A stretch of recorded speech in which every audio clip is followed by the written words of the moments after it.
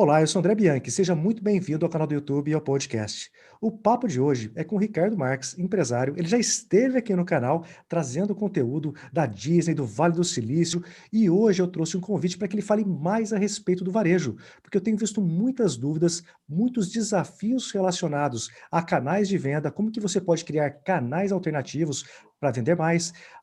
Vamos abordar também o assunto relacionado a como você utilizar melhor um sistema para compreender melhor algumas informações e, obviamente, gerar mais resultados para o seu negócio.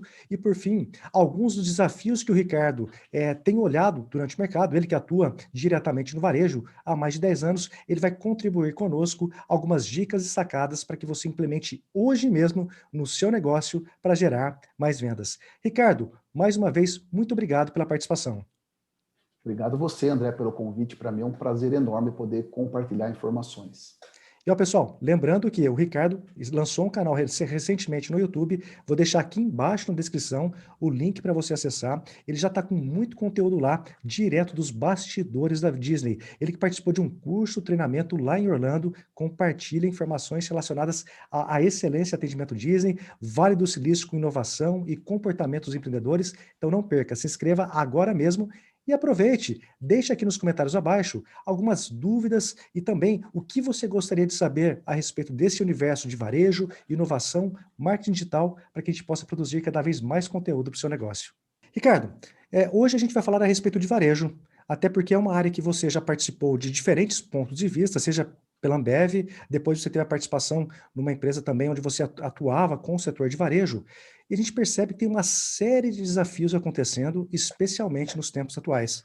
Sob o teu ponto de vista, quais são os principais desafios hoje e que o empresário, às vezes fazendo uma pequena alteração ou uma pequena mudança na empresa ou na forma dele estar abordando o cliente, ele conseguiria muitas vezes ter mais resultados. Afinal, resultado nos dias de hoje para o varejo é vendas. Sim, claro.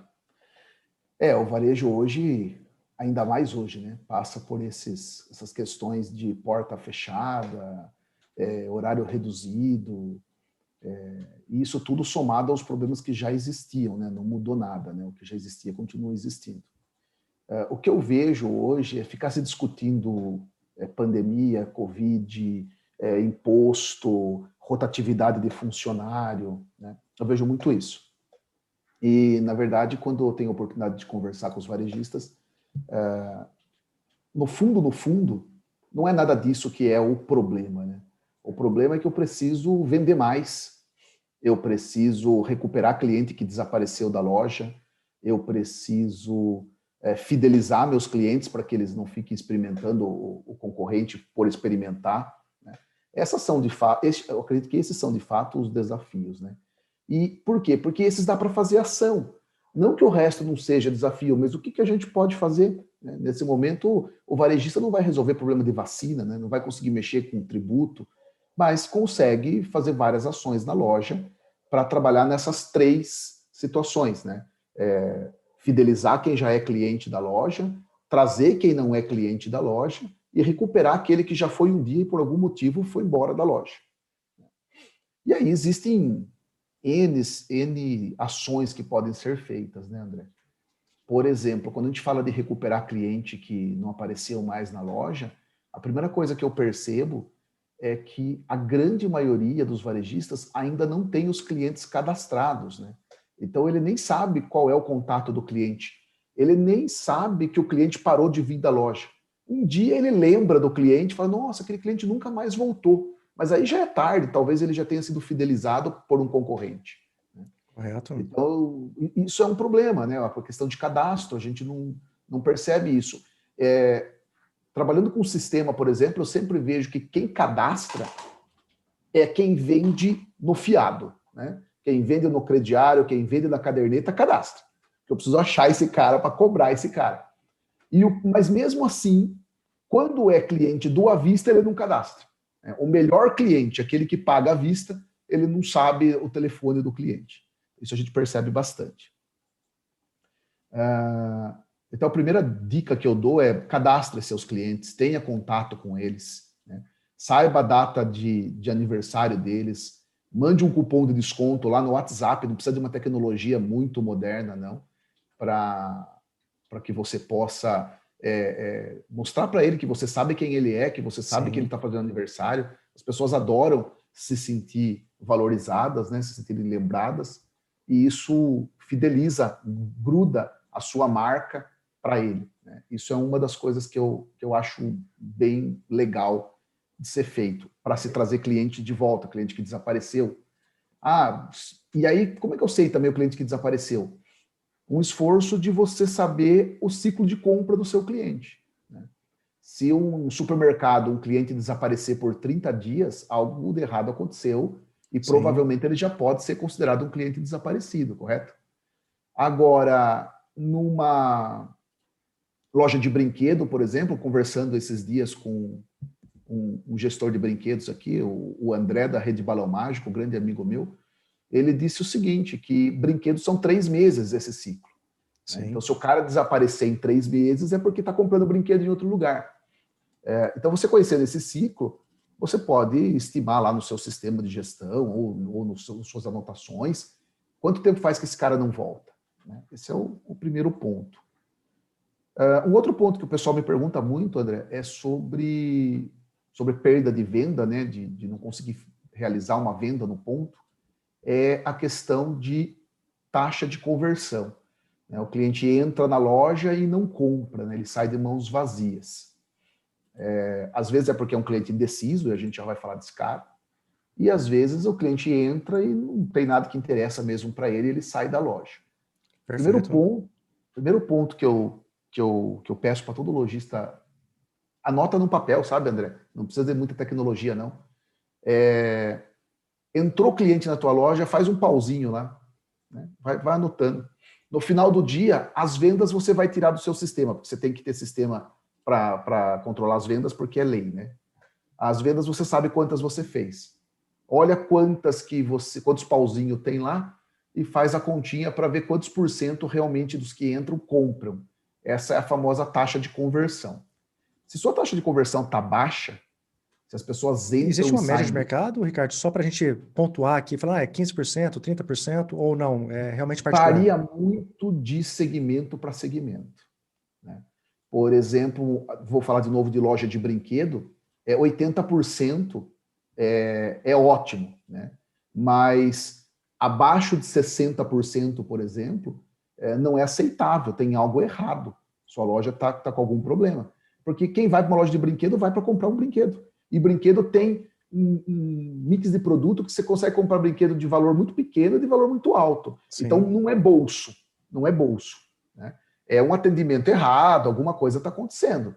Então, brinquedo, se você está entre 60% e 80%, tá legal, é isso aí mesmo. Menos que isso, você tem problema. Né?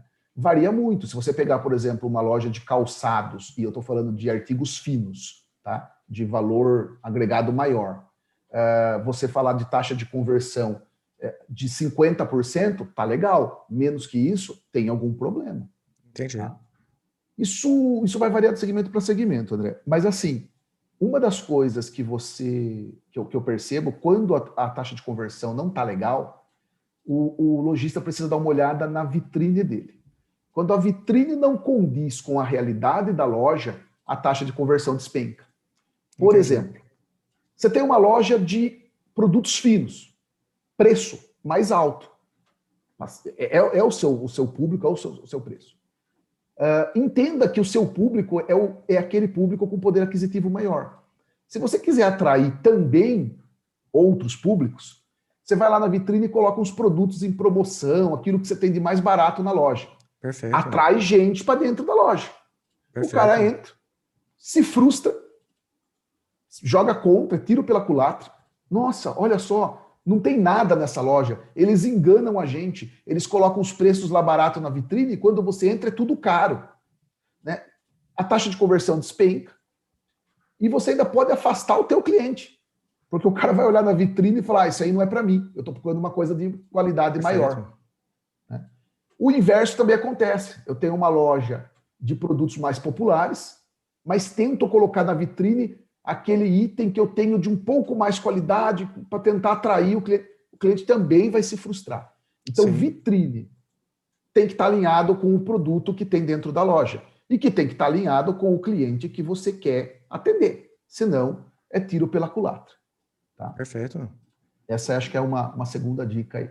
E agora, para finalizar, eu vou falar um pouquinho só do cliente indeciso, que esse o pessoal pergunta muito, né, André? Como é que eu Sim. faço? O cara não se decide. O cara olhou, já gostou, já perguntou o preço e não se decide. Eu mesmo passei por isso antes de ontem. Antes de ontem eu fui numa loja de roupa masculina aqui comprar um blazer e fiquei lá entre dois, né? Os dois estavam legal, os dois estavam no preço, mas eu só queria um, não faz sentido dois naquele momento. E aí a vendedora tentando me ajudar, né? E não estava conseguindo me ajudar porque ela... E aí onde estava o erro dela? Ela dava a opinião dela. Ela dizia assim, olha, esse aqui te deixou com a silhueta mais afinada. Sim. Ó, legal, né? Mas será que é isso que eu quero? Ela não me perguntou o que eu quero. Né? Será que eu estou enxergando o que ela está enxergando? Então é complicado. Voltando. Cliente indeciso. Primeira coisa que você precisa ter na sua cabeça. Isso vale até para quem não é o cliente indeciso. O cliente é que decide. Ele é que sabe o que ele quer. Ele é que sabe o que ele precisa. Às vezes ele não consegue verbalizar isso. Ele não consegue exemplificar. Seu trabalho como vendedor é ajudá-lo a dizer o que ele quer. Sim. Sofre o veterinário, né? Que por mais que ele pergunte, o paciente dele não fala o que está acontecendo. O Correto. vendedor tem essa vantagem. Só a gente saber perguntar. Então, o que eu digo sempre? Conheça bem seu produto, antes de mais nada. Conhecer bem o produto é estudar o manual do produto, saber todas as características dele? Também, mas não só isso. Pergunta para quem compra os seus produtos se esse produto deixasse de existir hoje, onde dói? O que aconteceria para você? Aí ele vai dizer. E aí você vai entender de fato o porquê aquele produto é importante para o cliente. E aí cada cliente vai te dar uma informação diferente. E vai planilhando isso, vai anotando e estudando para entender de fato qual é o benefício que você entrega para um cliente. Quando o cliente entrar na tua loja e está indeciso, eu não sei bem, você começa a fazer perguntas. Para que ocasião é? Ok. Como você gosta normalmente? Cores mais claras ou cores mais escuras? Como você se sente mais confortável? Só ele pode responder isso. Né? Correto. Orçamento, quanto que você está disposto a gastar? Qual é o valor limite que nós estamos falando? Que talvez seja até melhor do que quando você está disposto a gastar, o cara pode se sentir constrangido. Qual o valor limite para essa aquisição? Vai fazendo essas perguntas para ir reduzindo as opções. Eu quero blazer. Ok. Para que ocasião?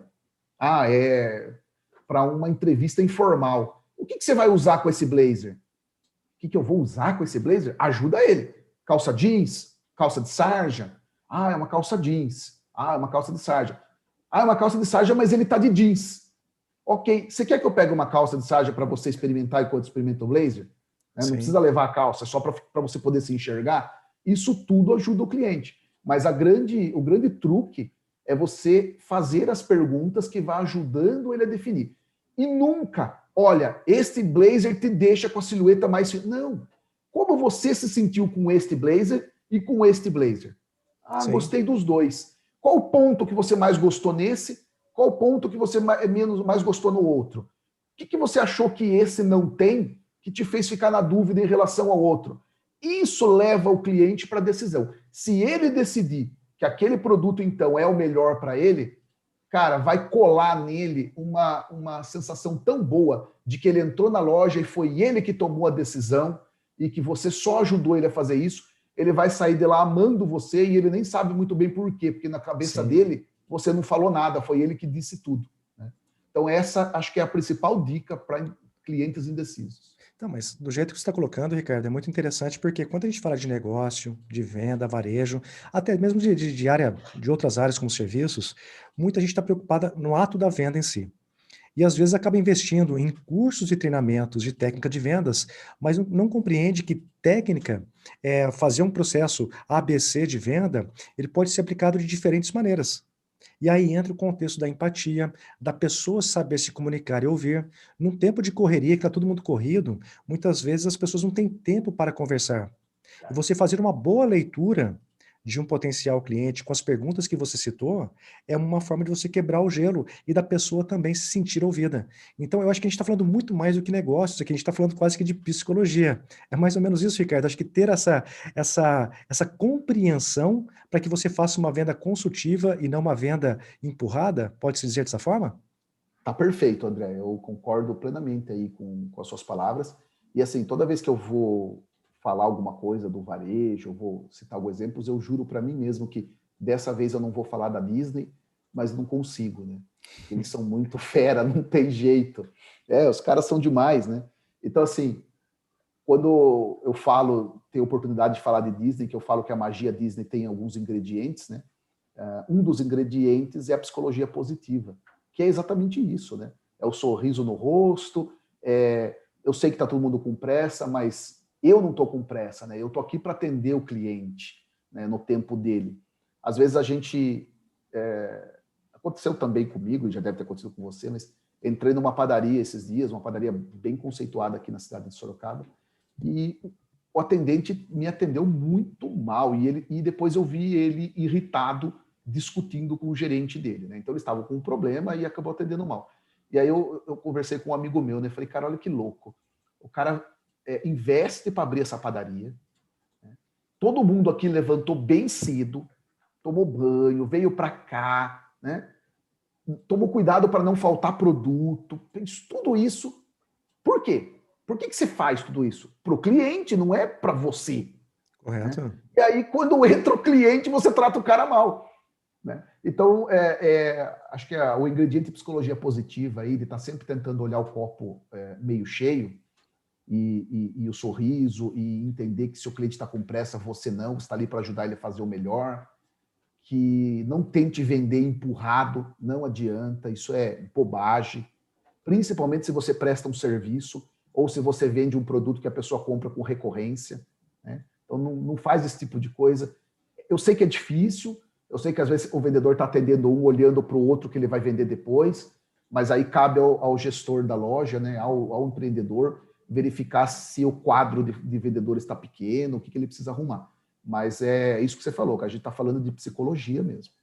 Não, pessoal, já falei aqui nos outros vídeos também, recomendo o canal do Ricardo, vou deixar o link aqui embaixo. Lá ele traz de uma forma mais profunda assuntos relacionados ao atendimento Disney, como implementar no Brasil, fala a respeito da psicologia positiva, desafios do varejo, ou seja, tem muito conteúdo de uma forma de fácil entendimento, tanto para quem almeja o crescimento profissional, quanto também para um dono de empresa que pretende ali ter uma atenção especial para o crescimento do negócio. Então, aqui embaixo, só se inscrever no canal que tem muito conteúdo para ajudar você e a sua empresa. Ricardo, eu quero trazer um tema bem breve também, porque é um assunto bem extenso, mas eu queria falar a respeito da informação, da riqueza da informação. Você falou lá no início do vídeo a respeito de você anotar no papelzinho mesmo, às vezes, o número de pessoas que entram na loja para verificar a conversão, mas eu percebo que hoje, mais do que você ter um sistema que é obrigatório numa empresa, e você entende muito bem disso, atua há mais de 10 anos nesse setor, como que você enxerga a questão das informações que ali se coloca? Porque uma coisa é cadastro de cliente, outra coisa é você começar a ter um sistema que te serve de informação e inteligência para uma tomada de decisão. Eu vejo que muitos empresários acham que colocou um sisteminha ali que dá para você cadastrar ou gerar um pedido, um pagamento, é a solução, quando na verdade a empresa que quer ter mais resultado é aquela empresa que compreende as informações que estão lá cadastradas. Me fale mais a respeito desse novo cenário de inteligência artificial, de BI, ou seja, de informações que estão ali à disposição do empresário e que nem sempre ele sabe utilizar da melhor forma. É verdade, André. Hoje a gente tem muita tecnologia, né? Só que eu percebo que o empresário ainda não aprendeu, não se acostumou a lidar com as informações que ele já tenha, por exemplo. Vamos pensar num sistema simples de PDV, né, com uma retaguarda mínima, que não tenha nenhum recurso de BI, né, de análise dos dados, mas que tenha relatório. Né? Então, o lojista pode começar a tirar os relatórios e analisar esses relatórios. O problema é que isso não acontece. Por exemplo, um dos motivos pelo qual, quando eu estou trabalhando com o sistema, vendendo o sistema, acho que o motivo campeão é controle de estoque. O cara fala assim, eu quero ter controle de estoque. O sistema que você trabalha tem controle de estoque? Tem. A resposta é tem. Agora, se a pergunta é, ele faz controle de estoque? Eu respondo não. Aí o cara entra em pânico, né? Fala, o sistema não faz controle de estoque? Eu falei, não faz, cara. Não faz. Assim como o martelo não martela, o serrote não serra. Né? Quem faz somos nós, vocês. O sistema tem os recursos para se fazer. De nada adianta você vender uma camiseta P e depois o cliente voltar a trocar por uma M, e como é a mesma camiseta, é o mesmo valor, é o mesmo tudo, só muda o tamanho, você colocar lá no estoque a P e dar uma M para ele e não passar pelo sistema. Você complica o estoque de 2 produtos. Vai dar erro nos 2. Então, acho que primeira coisa, o lojista precisa estar atento aos processos, até antes de sonhar com a tecnologia. Por que eu digo isso? Porque como fornecedor de tecnologia, eu tento ser o mais transparente possível para o cliente, para que ele não compre versões mais caras que nós temos, se ele não tem esse processo. Porque não seria justo da minha parte empurrar o produto para ele, e acho que ninguém deve fazer isso. E segundo, né, ele pode depois querer cobrar do fornecedor de tecnologia a solução por um problema que ele esperava que só comprando a tecnologia ia resolver. Então isso é perigoso. Fugir um pouco da sua pergunta, mas é só para contextualizar, e agora sim, tipo, se a pessoa entende isso, tem o processo, está preparada para ela ter que ficar olhando o relatório, aí as tecnologias hoje são muito boas. Por exemplo, a taxa de conversão que eu falei de anota num caderno. Você não precisa disso. Você instala hoje um contador na loja, eles contabilizam, você pode configurar se você só quer que contabilize quem entra ou quem sai, para não dar duplicidade. E no final do dia você olha lá no painel e sabe quantas pessoas entraram na loja. É uma coisa muito mais simples e é uma tecnologia que você consegue implantar numa loja hoje com um investimento de menos de R$500. Então, a tecnologia também tem isso. Muita coisa caiu muito o valor. Falando de BI mesmo, né, dessas análises de inteligência artificial hoje em dia, tem muita coisa que o lojista pode usar para ganhar dinheiro de verdade. Um deles é a análise do giro de produto dele. Um dos desafios bem grandes do varejista é fazer compra. E até porque ele tem que estar trabalhando com a loja, cuidando de funcionário, fazendo venda e daí fazer compra. Acaba não dedicando o tempo que precisa, o tempo acaba sendo para atender o fornecedor. Sim. E fazer compra talvez seja o principal fator de sucesso da loja, né? Se eu compro bem, eu consigo vender bem, eu consigo fazer um bom preço, eu consigo ter o produto certo. Então, na parte de compra hoje, as tecnologias estão muito legais, porque ela consegue analisar num nível que em relatórios eu não consigo. Né? Porque ele pega um período gigante e diz para você, olha, esses são os produtos que mais giram. Né? E vai além. Esses são os produtos que mais giram em determinadas épocas do ano.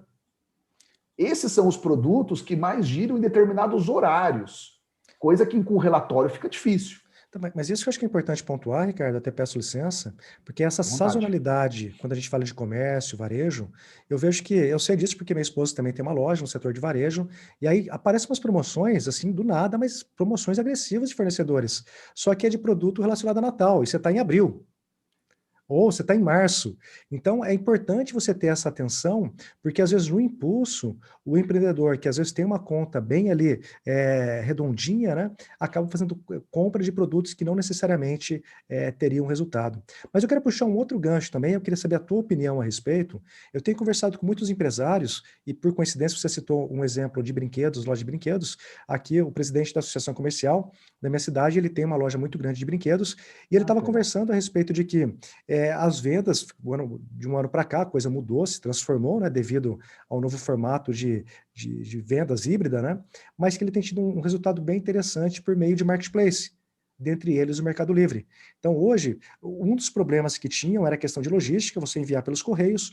Hoje, aqui na nossa cidade de Santa Cruz, tem aquela rede de distribuidores do Mercado Livre, que tem um local que eles deixam, as lojas de Santa Cruz deixam o produto lá, e aí diariamente, inclusive de segunda a segunda, sábado, domingo, feriado, o pessoal vem, pega e distribui esse produto para eles. Ele falou, André, eu ganho muito menos, em termos de porcentagem, nas vendas pelo Mercado Livre.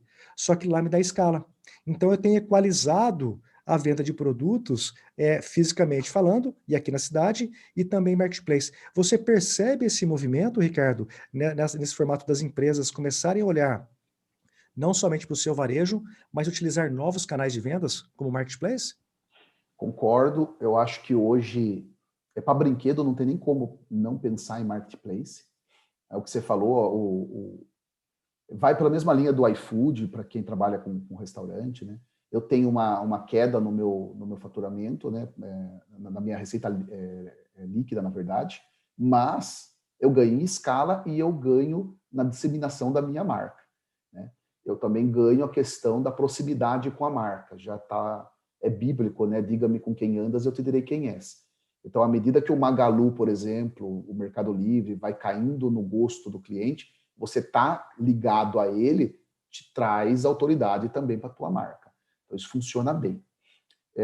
Eu acho que sim, marketplace é legal. Acho a questão da vitrine online muito bacana também. E aí há sempre uma confusão se vitrine online ou e-commerce, né? E eu sempre tenho que explicar, a vitrine online ela é um e-commerce, mas a ideia da vitrine online é você vender dentro da região que você já atua com a sua loja física. É só mais um canal de divulgação do seu catálogo de produto, né? Mas vou só dar um case real para poder tentar exemplificar aí. Também é loja de brinquedo. Teve um resultado fenomenal durante a pandemia. E quando eu falo fenomenal, vou dar em números. 400% a mais, tá, Uau! de venda. E qual foi a estratégia adotada? Primeiro, a loja física está lá, existe, mesmo na época em que não podia abrir, estavam lá para as pessoas fazerem o pague e retire, né? Passava a retirar ali, um drive-thru, e continua ali funcionando. Nos períodos que a loja pode abrir, abre e está atendendo a galera. Partiu para a vitrine online, né? E aí a vitrine online é legal porque ela não é vista pelo vendedor da loja física como um concorrente desleal. Em vez do cara comprar de mim, que ganho comissão, ele comprou do site, eu não ganho nada. Não, porque a estratégia desse proprietário foi, olha, você vai usar essa vitrine como seu apoio. Pega teus clientes aí que você tem os contatos no WhatsApp e vai mandando para eles as fotos das... Em vez de ter que ficar tirando foto, você vai mandando os links e vai conversando com ele. Olha os produtos novos, olha o que entrou na promoção, olha o que acabou de chegar. E isso, mesmo que ele faça o pedido pela vitrine, a venda é tua, você que está trabalhando. Sim. Isso funcionou muito bem. Isso foi uma das coisas que mais fez a venda. E no marketplace, apesar dele ter os brinquedos lá, como todo mundo, ele adotou uma estratégia que eu achei fantástica. Não adianta, né? A gente aprende com eles mesmo que estão ali na lida mesmo. Exatamente. Por isso que eu falo, ouvir. E o que ele fez foi o seguinte, ele procurou fabricantes de brinquedo, por exemplo, Laranjal Paulista é um polo de fábrica de brinquedos, né? Dizem que é o maior polo do mundo, que na China, obviamente, tem muito mais fábrica de brinquedo, mas não numa única cidade, né? Então, ele começou a visitar esses fabricantes e dizer para o cara assim, o que você tem aí que está parado ali, que saiu de linha e ficou estoque antigo? O cara fala, tem isso aqui. Quanto que você faz para eu limpar seu estoque? Né? Negociou, eu compro tudo. E aí ele põe isso no marketplace com margens de 200%, 300% e arrebenta de vender. Não tem concorrente. Aquele produto saiu de linha. Só tem aquele. Vira um produto único. Então, dentro do marketplace, ele atinge o Brasil todo e ele escoa esses pontas de estoque das fábricas. Uma estratégia fantástica e vai usando a vitrine como o vendedor para trabalhar o do dia a dia. Então, perfeito. Eu acho que tem que sim pensar que hoje em dia não dá para ter uma loja com um canal só. As lojas têm que partir mesmo para o Omnichannel, para ter canais diferentes, mas também tem que estar atento com que tipo de estratégia de produto funciona para cada canal. Nem tudo funciona em todos os canais. E também nem tudo funciona para todas as empresas, né, Ricardo? Não é porque algo está Verdade na também. moda é que vai funcionar. Mas, pessoal, vocês viram, a gente está falando aqui de exemplos de loja de brinquedo, mas para ficar mais claro para vocês. Mas deixo muito claro que qualquer outro setor deve testar e validar. Por que eu falo testar e validar? Isso aí, Ricardo e eu, a gente aprendeu lá no Vale do Silício, onde nasceu empresas como Google, Facebook, nós aprendemos lá com as startups que tudo deve ser testado e validado, nada de achismo. Não é porque eu acho que meu produto é bonitinho que vai vender mais. Não, não é. A gente tem que fazer um teste AB e dentro dos números que forem gerando, você acaba tomando uma decisão. Estou falando besteira, Ricardo? Não, é isso mesmo. Tudo tem que testar. Testa, volta e assim, raras as vezes que você vai acertar de primeira. Exatamente. Ricardo, o nosso papo está chegando ao final hoje, mas de novo eu quero te provocar para que a gente agende um novo dia para um novo vídeo, porque eu acho que tem muita coisa que você pode compartilhar e o seu canal já está começando a tracionar, já está viralizando, então eu quero É. poder compartilhar tanto por meio dos meus canais, quanto também divulgar o seu canal. Para quem não sabe, está aqui embaixo na descrição. Na descrição é só clicar e acessar.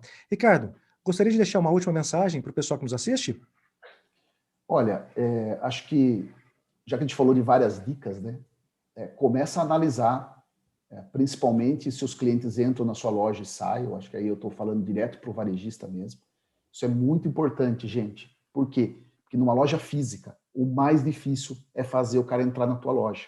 Se ele entrou, ele tem alguma intenção, né? Ajuda ele a realizar essa intenção dele. Não deixa ele sair de lá sem comprar, né? Pergunta. E se ele estiver saindo sem comprar, não é errado perguntar, viu, o que você não encontrou na loja? Tem alguma coisa que a nossa loja não te entregou? Ouve o cliente. Esse cara é que vai dizer para vocês o caminho que vocês têm que tomar para aí, então, começarem os testes que o André bem lembrou. Acho que é isso, André. Perfeito, Ricardo. Então, pessoal, se inscreva no canal. Dúvidas, deixe nos comentários abaixo para que a gente possa trazer mais conteúdo para fazer a diferença no seu negócio e na sua vida profissional. Abraço a todos, abraço, Ricardo, mais uma vez, obrigado e até o próximo vídeo. Abraço, André. Obrigado.